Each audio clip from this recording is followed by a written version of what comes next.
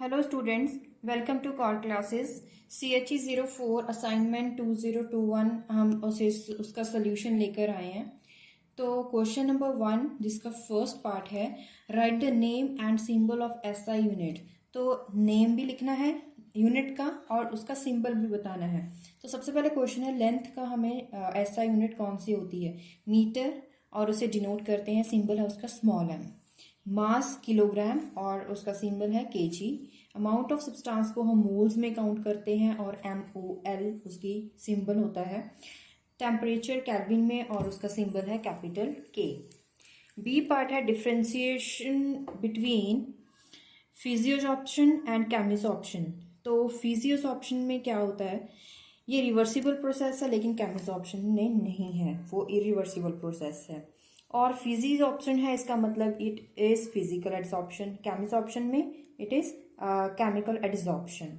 और अगर डिपेंडेंस की बात करें, जैसे जैसे टेम्परेचर इंक्रीज करता है ये प्रोसेस भी डिक्रीज करता है, लेकिन केमिसॉर्प्शन में it varies directly with the increase in temperature. Physical adsorption has less activation energy, it has high activation energy. It occurs due to van der Waals forces, लेकिन chemical bonds leads to chemisorption। तो मतलब क्या है, इनका cause क्या है? van der Waals forces। Chemisorption का cause क्या है? Chemical bonds. नेक्स्ट है question number 2, state Boyle's law, Charles law. तो बॉयल्स लॉ क्या कहता है? It states that the volume of any gas at constant temperature को अगर कांस्टेंट रखा जाए तो जो वॉल्यूम है किसी पर्टिकुलर गैस की, और उस गैस का मास हमने पहले ही फिक्स करके रखा है, टेम्परेचर उसका कांस्टेंट करके रखा है, तो उसका वॉल्यूम जो है it varies inversely with the pressure of that gas. तो जैसे जैसे वॉल्यूम इंक्रीज करेगा प्रेशर उसका डिक्रीज करेगा। तो मैथमेटिकली हम इसे लिख सकते हैं V is inversely proportional to P, और कांस्टेंट इसका लिख सकते हैं प्रोपोर्शनलिटी साइन हटा के K1। तो PV is equal to K1 आ जाता है, और वहाँ पे K1 क्या है? कोई कांस्टेंट है। क्योंकि उसके साथ साथ क्वेश्चन पूछा गया है, आपको आइसोथर्म भी बनाना है, डिस्क्राइब करना है, मतलब कि आपको ग्राफ बनाना है। आइसोथर्म का मतलब, आइसो मीन सेम, टेम्परेचर का मतलब होता है, थर्म्स का मतलब है टेम्परेचर। तो कांस्टेंट टेम्परेचर पे हमें ये इस लॉ को ड्रॉ करके दिखाना है ग्राफिकली। तो क्या करोगे आप? तो सबसे पहले जो गैस आपको गिवन है उसका टेम्परेचर एक कांस्टेंट टेम्परेचर रख लोगे, और आप बॉयल्स लॉ अप्लाई करके प्रैक्टिकल के बाद आप एक ग्राफ बनाओगे। तो जो ग्राफ होगा वो किस किस के बिटवीन बनेगा? Pressure in atmosphere and volume in metre cube. तो क्या करोगे, एट पर्टिकुलर टेम्परेचर, सपोज कीजिए उस गैस का टेम्परेचर T1 है। तो अगर आपने क्योंकि अकॉर्डिंग टू बॉयल्स लॉ जैसे जैसे वॉल्यूम इंक्रीज करता है टेम्परेचर डिक्रीज होना शुरू हो जाता है। सबसे पहले कम वॉल्यूम पे हाई प्रेशर है, जैसे जैसे वॉल्यूम बढ़ रही है जो प्रेशर है वो डिक्रीज कर रहा है। ये तो था T1 टेम्परेचर पे। ऐसे ही अब आप टेम्परेचर अब कांस्टेंट रखिए, लेकिन वो टेम्परेचर जो कांस्टेंट रखोगे वो T1 से डिफरेंट होना चाहिए, दैट इज T2।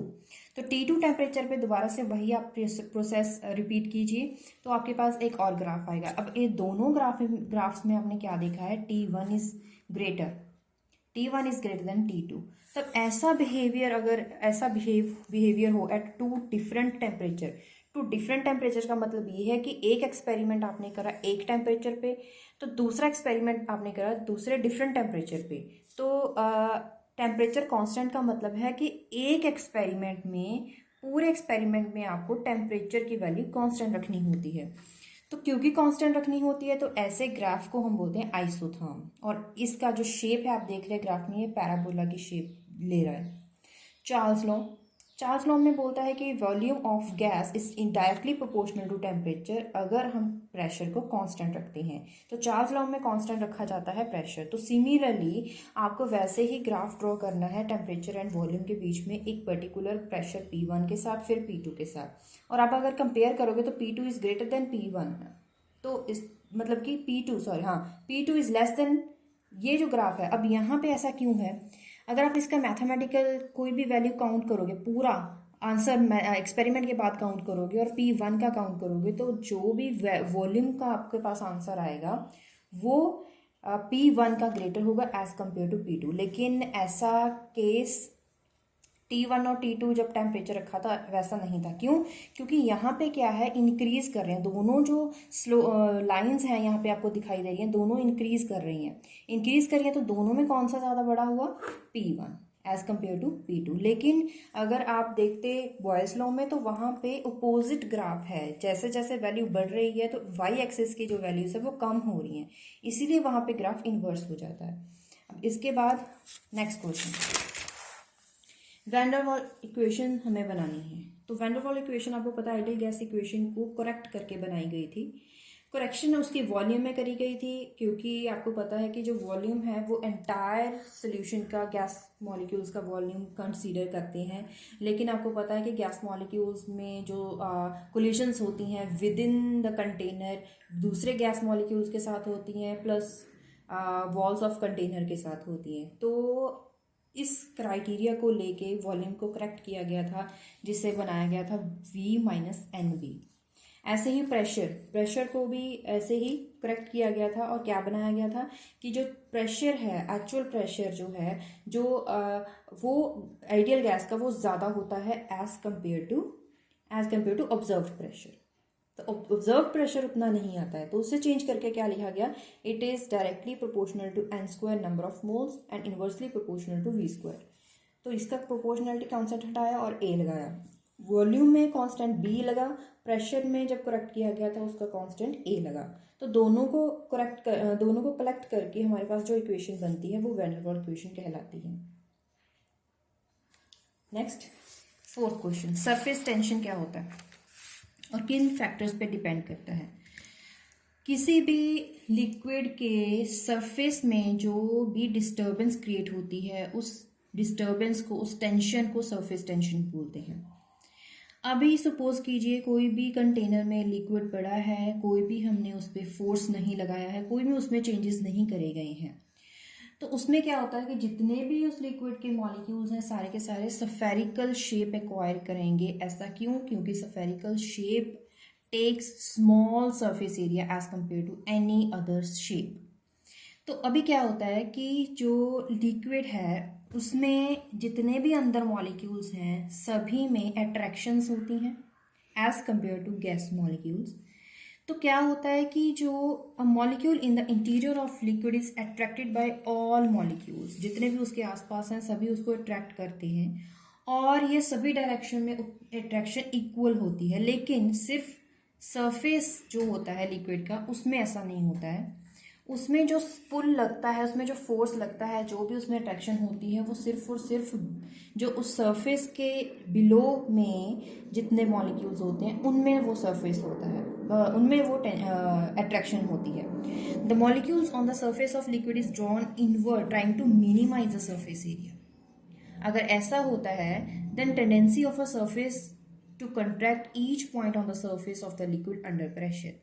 अब इसी रेजिस्टेंस को, क्योंकि वो अपना जो लिक्विड के मॉलिक्यूल्स हैं उस शेप को मिनिमाइज करने की कोशिश करेंगे, बट बाकी मॉलिक्यूल्स उसको ऐसा नहीं होने देंगे, तो रेजिस्टेंस क्रिएट होगी। तो रेजिस्टेंस जो प्रोड्यूस होती है, then the resistance of a liquid increases the surface area, it is correlate to the surface tension. It is defined as, अब यहाँ पे डेफिनेशन स्टार्ट होती है, defined as the energy required to increase the surface area by 1 unit. अब कैसे increase करेंगे? By moving the molecule from interior of the liquid to the surface. जितने भी लिक्विड के अंदर सरफेस में लिक्विड के अंदर मॉलिक्यूल्स हैं, अगर उसे सरफेस पे लाने के लिए, जितना उसका सरफेस इंक्रीज करने के लिए, जितना सरफेस एरिया इंक्रीज करने के लिए जितना भी उसको एनर्जी लगेगा, उसे सरफेस टेंशन बोला गया। अब सरफेस टेंशन किन किन चीज़ों पे, किन फैक्टर्स पे डिपेंड करती है? सबसे पहले बॉन्ड्स पे। कैसे बॉन्ड्स हैं? मेटालिक बॉन्ड है तो उसमें सरफेस टेंशन सबसे ज़्यादा होगी, क्योंकि फोर्स ऑफ अट्रैक्शन बहुत ज़्यादा होता है। डिस्पर्शन फोर्स पे डिपेंड करती है, उसके साथ साथ हाइड्रोजन बॉन्ड्स पे। सिमिलरली अगर हम एक लाइन में बताएं तो फोर्स ऑफ अट्रैक्शन पे सरफेस टेंशन डिपेंड करती है। फोर्स ऑफ अट्रैक्शन मेटालिक भी हो सकता है, डिस्पर्शन फोर्सेस भी हो सकते हैं, हाइड्रोजन बॉन्डिंग भी हो सकता है। Draw the following Bravais lattices. सबसे पहले बीसीसी क्या होता है? Body centred cubic. तो कोई भी क्यूब है उसके कॉर्नर्स पे तो एटम्स रहते ही रहते हैं, उसके साथ साथ बॉडी के सेंटर में भी रहते हैं।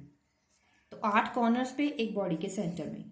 फेस सेंटर में 8 मॉलिक्यूल्स जो होंगे 8 कॉर्नर्स पे रहेंगे, बाकी सारे के सारे फेसेस के सेंटर में रहेंगे, तभी उसे फेस सेंटर बोलते हैं। फेसेस कितने हैं इसके?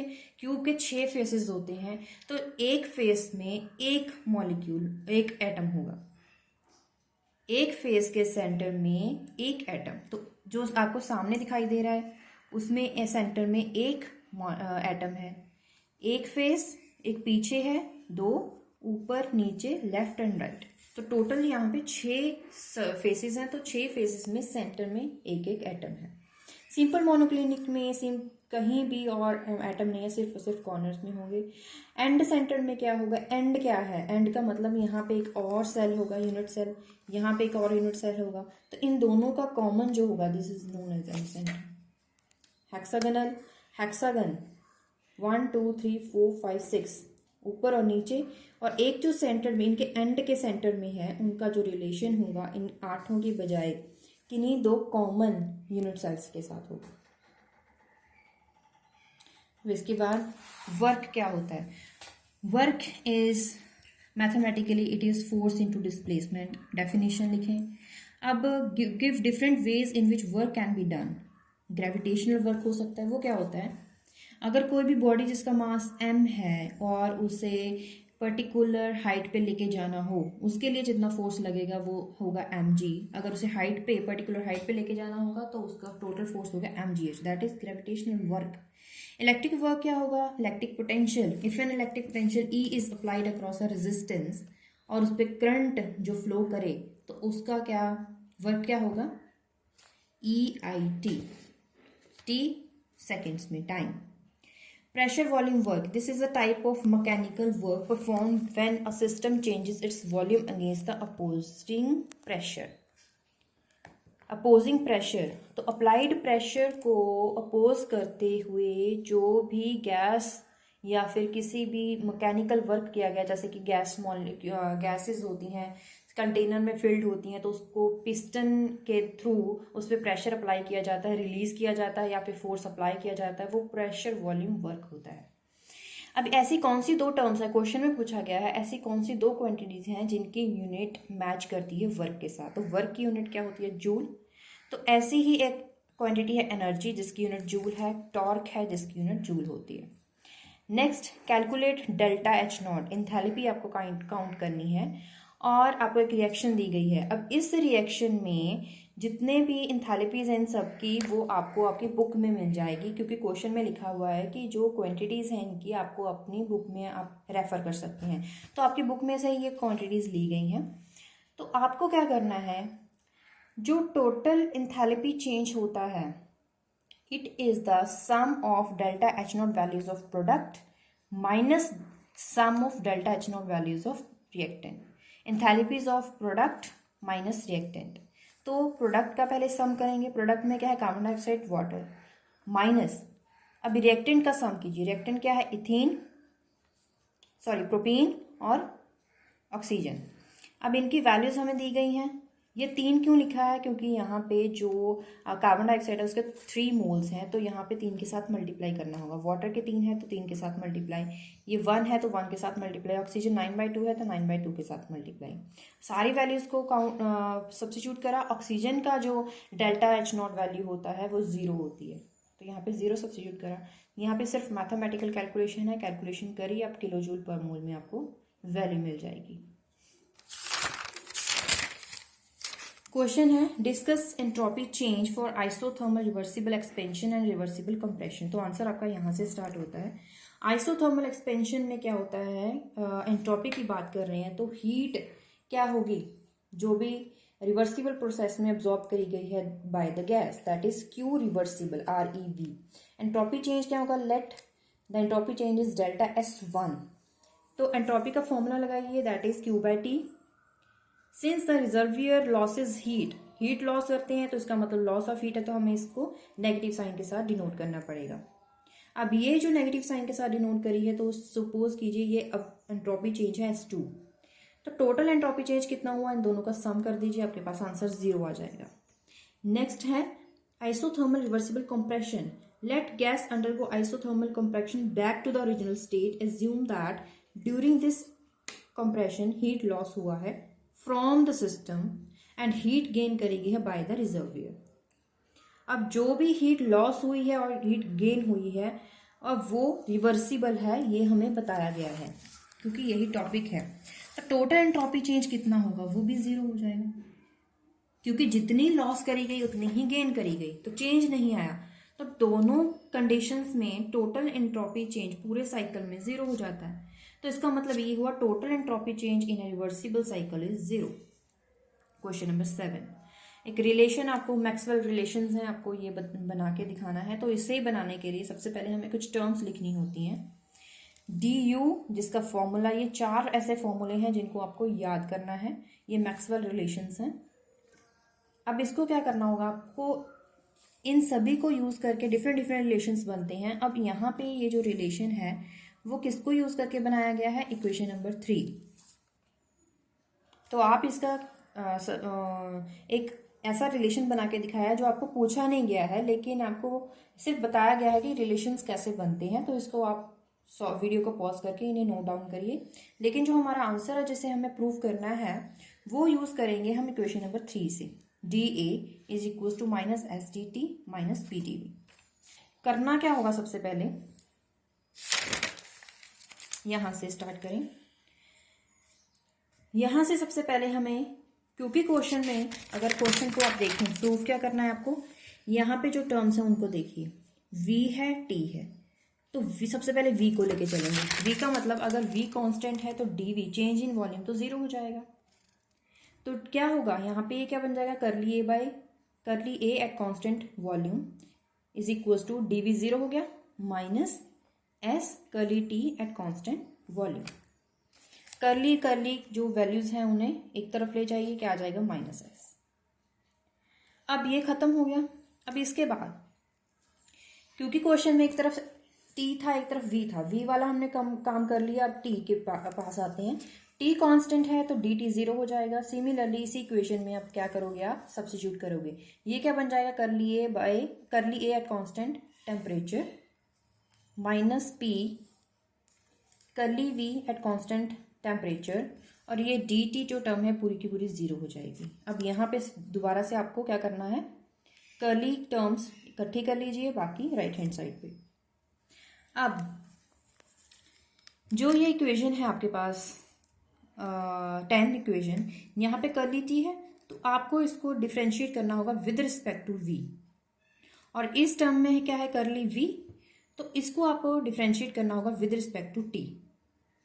ठीक है, इस टर्म को विद रिस्पेक्ट टू v करें, इसको डिफ्रेंशिएट करें विद रिस्पेक्ट टू t, तो क्या होगा, डबल डेरिवेटिव आपके पास ये दो बन के आ जाएंगे।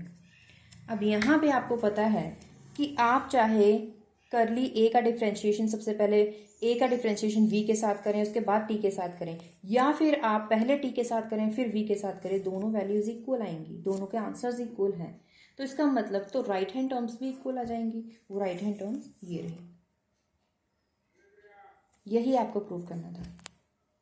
Next, discuss the solubility of gases in liquids, briefly explain करें factors affecting the solubility. In a gas molecules are quite far apart, हमें ये पता है। तो डिसोल्यूशन अगर करना है तो मॉलिक्यूल्स को क्या करना पड़ेगा, क्लोज आना पड़ेगा, तभी सोल्यूशन डिसॉल्व होगा, मतलब कि गैस मॉलिक्यूल्स डिसॉल्व होंगे। तो condensation of a gas is an exothermic process. इसका मतलब क्या है कि कंडेंसेशन में जितनी इंथैल्पी लगती है वो ज़्यादा होगी अगर हमें सॉल्वेंट बनाना है उसकी इंथैल्पी से comparative. The solubility of a gas in a liquid is measured in terms of absorption coefficient, जिसे हमें अल्फा के साथ हम डिनोट करते हैं। ये सिर्फ इतना बताना था। अब फैक्टर फैक्टिंग पे चलते हैं। फैक्टर सबसे पहले है टेम्परेचर। अब जैसे जैसे टेम्परेचर इंक्रीज करता है जो सॉल्युबिलिटी होती है गैस मॉलिक्यूल्स की वो डिक्रीज करती है। इफेक्ट ऑफ प्रेशर, यहाँ पे हेनरी लॉ अप्लाई होगा। हेनरी लॉ के अकॉर्डिंग जो पार्शियल प्रेशर होता है गैस का, it is directly proportional to the concentration of the gas. जितनी ज़्यादा कंसंट्रेटेड होगी गैस उतना उसका प्रेशर भी ज़्यादा होगा। इसे ग्राफ के साथ नोट करा गया है। थर्ड जो फैक्टर है वो है nature of gas and the solvent. अब आपको पता है अगर गैस किसी भी पर्टिकुलर सॉल्वेंट में डिसॉल्व करती है तो इसका मतलब वो तभी डिसॉल्व करती है अगर उसके साथ केमिकली रिएक्ट करें। The gases which react chemically with the solvent are more soluble than in any other solvent. For example HCl gas जो होती है वो वाटर में ज़्यादा सॉल्युबल होती है in as compare to any other solvent like benzene. तो यहाँ तक हमने 10 क्वेश्चन अटेम्प्ट किए हैं, 10 क्वेश्चन सॉल्व कर लिए हैं। इसमें टोटल 20 क्वेश्चन है। इसका मतलब है कि हाफ असाइनमेंट हमने अटेम्प्ट कर ली है। अब जल्दी ही नेक्स्ट पार्ट इसका आ जाएगा। ये पार्ट नंबर 1 है, तो पार्ट 2 भी जल्दी आ जाएगा। और अगर आपको PDF चाहिए तो आप हमारे साथ कांटेक्ट कर सकते हैं थ्रू व्हाट्सएप या इंस्टाग्राम, फेसबुक। और अगर आपको कोई और असाइनमेंट चाहिए, जल्दी पहली कौन सी चाहिए, तो आप हमें कमेंट बॉक्स में बताते रहें। हम उसी रिक्वायरमेंट के अकॉर्डिंग, जिसकी सबसे ज़्यादा रिक्वायरमेंट होगी उसकी हम सबसे पहले असाइनमेंट सॉल्व करेंगे। और बने रहिए हमारे साथ चैनल कॉर क्लासेस के साथ। Thank you.